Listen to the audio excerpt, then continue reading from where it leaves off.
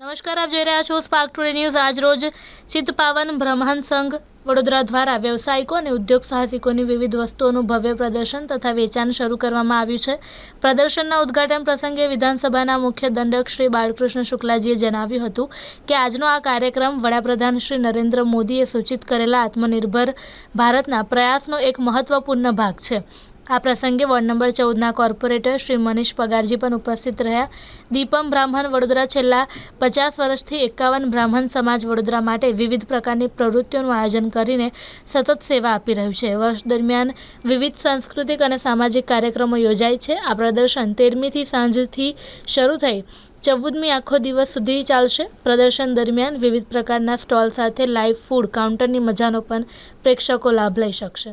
ચિત્તપાવન બ્રાહ્મણ સંઘ વડોદરા દ્વારા આયોજિત ઔદ્યોગિકો માટેનું પ્રદર્શન અને વેચાણનું આજે ને કાલે 2 દિવસ અહીંયા આયોજન કરવામાં આવ્યું છે અકોટા તિથુગુરુ ખાતે। એનો સર્વ વડોદરાવાસીઓએ લાભ લેવાની વિનંતી। આ પ્રદર્શનમાં રોટરી ક્લબ સાથે અમે ઈ-વેસ્ટનું કલેક્શન સેન્ટર પણ રાખ્યું છે, જે પર્યાવરણ માટે આપણે ઉપયોગી છે।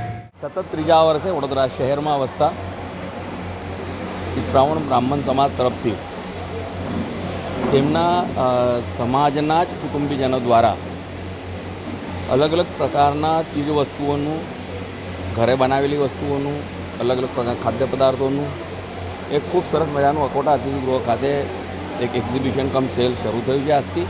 આવતીકાલે પણ આખો દિવસ છે।